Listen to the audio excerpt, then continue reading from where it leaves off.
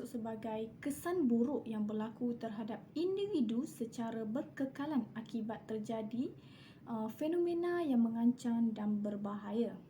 Trauma ni terbagi kepada beberapa jenis iaitu reactive attachment disorder, disinhibited social adjustment disorder, yang ketiga post traumatic stress disorder, yang keempat acute stress disorder, yang kelima adalah adjustment disorder.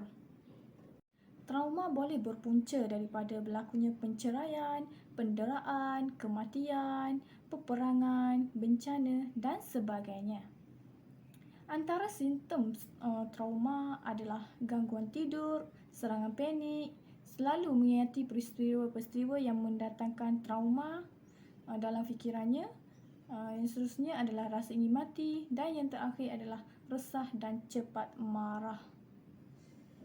Seterusnya saya akan menjelaskan tentang teori yang dapat dikaitkan dengan trauma stressor related disorder. Teori yang pertama ialah teori psikoanalisis Sigmund Freud 1856 hingga 1939. Tokoh ini menyatakan bahawa trauma yang tidak dapat diatasi dapat mengganggu psikologi seseorang. Melalui teori ini, beliau mengembangkan metod terapi psikoanalisis yang bertujuan untuk memperbaiki konflik-konflik bawah sedar yang mendasari gejala-gejala trauma. Melalui terapi ini juga, klien-klien akan didorong untuk mengingat dan menceritakan pengalaman trauma yang berlaku dalam diri secara terperinci. Perkara ini adalah untuk mengurangkan gejala trauma dalam diri individu tersebut. Teori yang seterusnya ialah teori trauma oleh Pierre Janet 1859 hingga 1947. Tokoh ini amat menekankan pentingnya peristiwa trauma dalam mempengaruhi fungsi mental individu. Menurut beliau, trauma dapat terjadi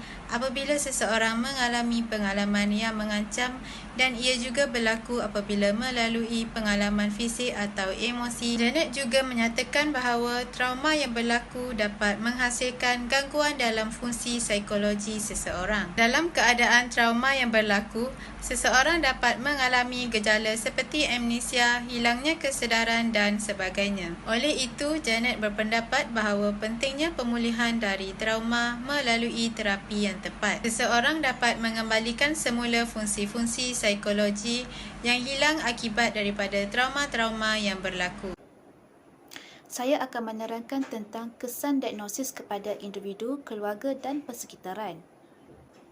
Kesan diagnosis kepada individu ialah mengganggu aktiviti seharian.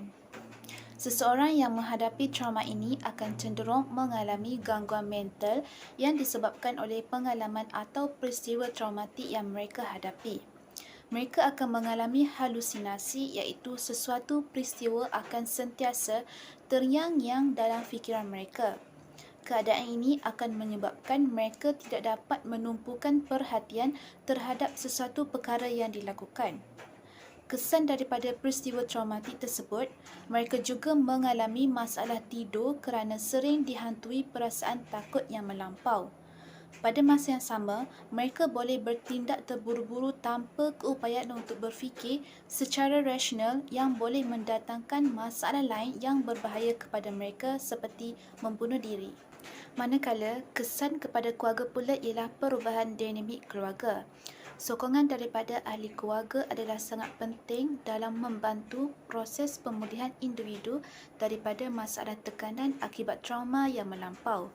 Pada mulanya, mungkin sukar untuk mereka menerima keadaan tersebut, tetapi lama kelamaan mereka dapat menyesuaikan diri. Keadaan ini dapat dilihat iaitu rutin harian keluarga berubah dari segi interaksi, komunikasi dan peranan keluarga dalam memahami tingkah laku dan kesan gejala yang ditunjukkan akibat trauma yang dihadapi. Ini jelas menunjukkan bahawa perubahan yang berlaku memerlukan penyesuaian dan kekuatan dalaman untuk meneruskan kehidupan. Seterusnya ialah kesan diagnosis kepada persekitaran. Tekanan akibat trauma yang melampau juga akan memberi kesan kepada persekitaran iaitu mengganggu proses sosialisasi masyarakat. Perubahan emosi yang dihadapi oleh seseorang individu yang mengalami trauma yang melampau menyebabkan berlakunya halangan antara diri individu tersebut dengan masyarakat di sekeliling. Hal ini kerana perubahan emosi yang tidak stabil akan membawa kepada masalah kecelaruan personaliti di mana mereka akan mengelakkan diri mereka daripada berjumpa dan bergaul dengan masyarakat. Mereka juga mudah berasa bosan dan gemar memencilkan diri daripada interaksi sosial. Keadaan ini akan menjejaskan keupayaan dan kemahiran sosial mereka sekaligus mengganggu proses sosialisasi masyarakat. Kemudian saya akan menerangkan perkara yang perlu dipraktiskan dan diterapkan dalam diri seorang pekerja sosial adalah tidak menghukum. Hal ini kerana pekerja sosial tidak berhak untuk menghukum seseorang klien itu sekiranya klien itu mempunyai masalah berkaitan mental. Pekerja sosial seharusnya memberi layanan yang baik bagi menyelesaikan masalah klien tanpa mendiskriminasikan klien dengan status kesihatannya. Pekerja sosial boleh menghubungkan klien dengan pihak agensi berkenaan seperti Jabatan Kecemasan dan Trauma di mana ianya menyediakan penjagaan holistik dan komprehensif termasuk resusitasi dan penstabilan pesakit serta prosedur intervensi. Seterusnya, pekerja sosial boleh berpegang kepada sikap menerima untuk dipraktiskan. Ia menunjukkan perkara penting dalam menghormati seseorang. Jadi, sebagai pekerja sosial, seharusnya menunjukkan keadilan tidak berbelah bagi kepada klien mereka. Di samping itu, pekerja sosial tidak boleh memilih klien mengikut kehendak. Malah, pekerja sosial haruslah menerima dari segi warna kulit, paras rupa dan juga agama. Hal ini kerana melibatkan maruah klien. Sebagai contohnya, pekerja sosial didatangi oleh klien di mana pekerja sosial tidak boleh ada perasaan yang negatif seperti memilih klien mengikut kehendak pekerja sosial. Oleh itu, pekerja sosial seharusnya menerima mana-mana sahaja klien yang datang memohon bantuan pada bila-bila masa sahaja. Seterusnya, dari segi pelan rawatan pula, penyakit ini memerlukan rawatan dan sokongan. Ini kerana rawatan yang berjaya bagi gangguan berkaitan trauma biasanya memerlukan kedua-dua ubat dan beberapa bentuk psikoterapi. Antaranya ubat antidepresan. Ubat ini menyekat neurotransmitter serotonin daripada diserap semula ke dalam sel otak. Pada masa ini, hanya ubat SSRI iaitu sertraline dan paroxetine sahaja yang diluluskan oleh pentadbiran makanan dan dadah bagi rawatan PTSD. Seterusnya, dari segi rawatan terapi tingkah laku kognitif, CBT ini fokus kepada trauma kerana terdapat bukti bahawa ianya berkesan dalam merawat gangguan berkaitan trauma.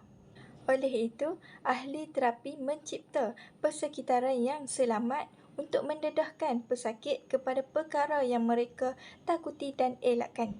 Contoh, pendedahan kepada objek, aktiviti atau situasi yang ditakuti dalam persekitaran yang selamat dan membantu mengurangkan ketakutan serta mengurangkan pengelakan. Seterusnya, terapi pemprosesan kognitif (CPT).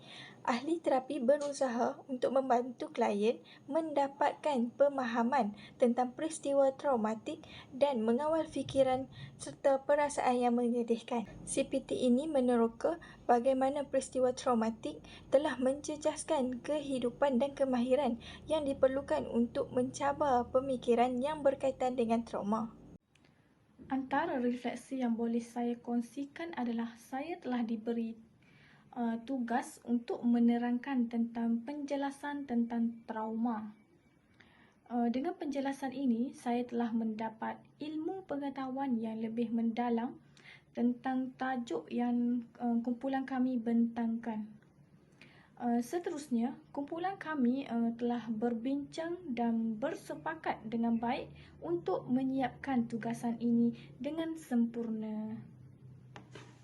Perkara yang saya peroleh daripada topik ini ialah Saya dapat mempelajari dengan lebih lagi dan dapat menambahkan ilmu pengetahuan tentang trauma stressor related disorder. Saya juga dapat maklumat baru tentang topik ini dengan mencari maklumat-maklumat tersebut melalui artikel, jurnal dan sebagainya. Topik ini juga memberi kesan kepada saya kerana masalah trauma ini akan memberi kesan yang mendalam kepada diri seseorang yang mengalaminya jika tidak diambil peduli dan diatasi dengan cara dan terapi yang betul. Apa yang dapat saya simpulkan secara keseluruhan mengenai tugasan yang diberikan kepada kumpulan kami ialah saya mendapat ilmu baru dan dapat memahami dengan lebih mendalam mengenai tajuk tugasan yang diberikan, iaitu berkaitan dengan trauma dan gangguan yang berkaitan dengan tekanan. Melalui tugasan ini, saya dapat mengetahui apakah trauma dan gangguan yang berkaitan dengan tekanan, apakah simptom-simptom yang menunjukkan seseorang itu mengalami trauma, dan apakah kesan dan rawatan yang boleh diberikan kepada mereka yang mengalami trauma ini. Secara keseluruhannya, peranan yang dimainkan oleh ahli dalam kumpulan kami adalah sangat memberangsangkan. Kami berbincang terlebih dahulu sebelum membuat pemilihan tajuk berkaitan tugasan ini. Semua ahli kumpulan saling bekerjasama dalam menyiapkan tugasan ini.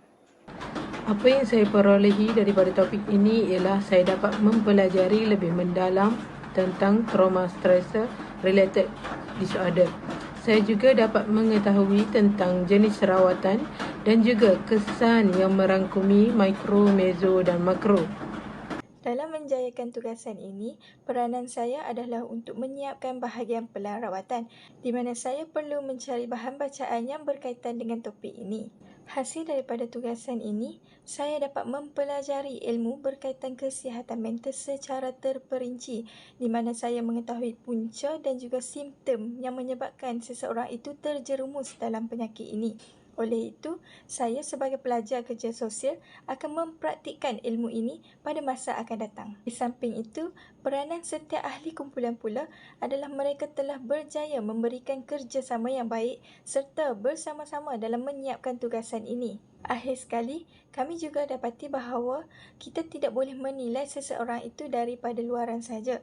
Sebaliknya, kita perlu terokai apa yang klien itu rasa.